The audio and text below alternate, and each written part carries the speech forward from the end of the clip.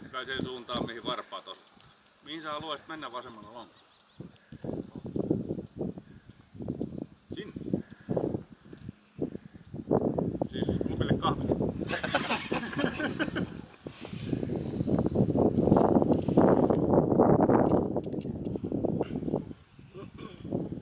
Onko muita mielipiteitä? Mitä on nyt tapahtunut?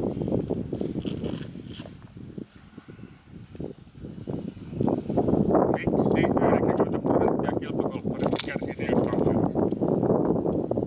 Johtuu tästä. Niin. Jos se sun vasemman lonkan oikea liikesuunta olisikin tän tikun suuntaan. Tonne olisi hyvä. Miten laittaisit vasemman jalkasi?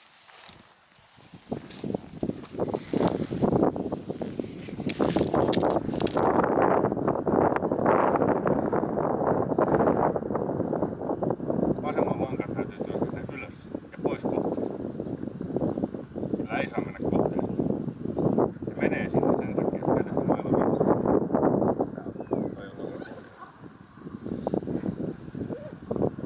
Se on näin. Just. Tätä kautta ymmärtää sen, miksi vasen jalka on avattu.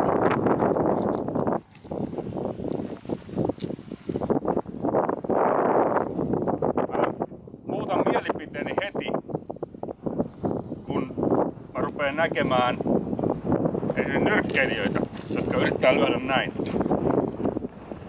Tai keihääheittäjiä, jotka laittaa jalan näin ja heittää.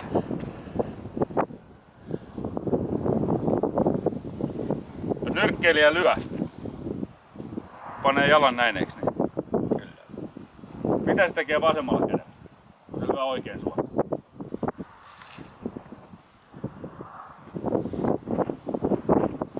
Koko vasen puoli työskentelee vastakkaisen suuntaan. Niitä voimia vastaan, mitä sä tuottaa.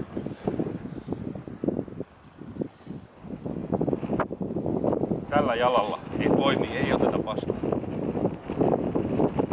Silloin painuu tän. Ja kohta on nilkka kipeä. Niin kuin iloisella aikaa. Toi on paljon parempi.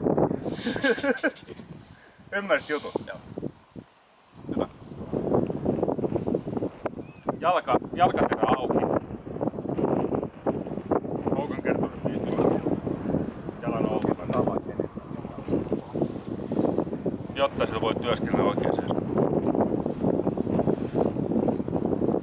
Jalka työskentelee aina varpaiden vastaan.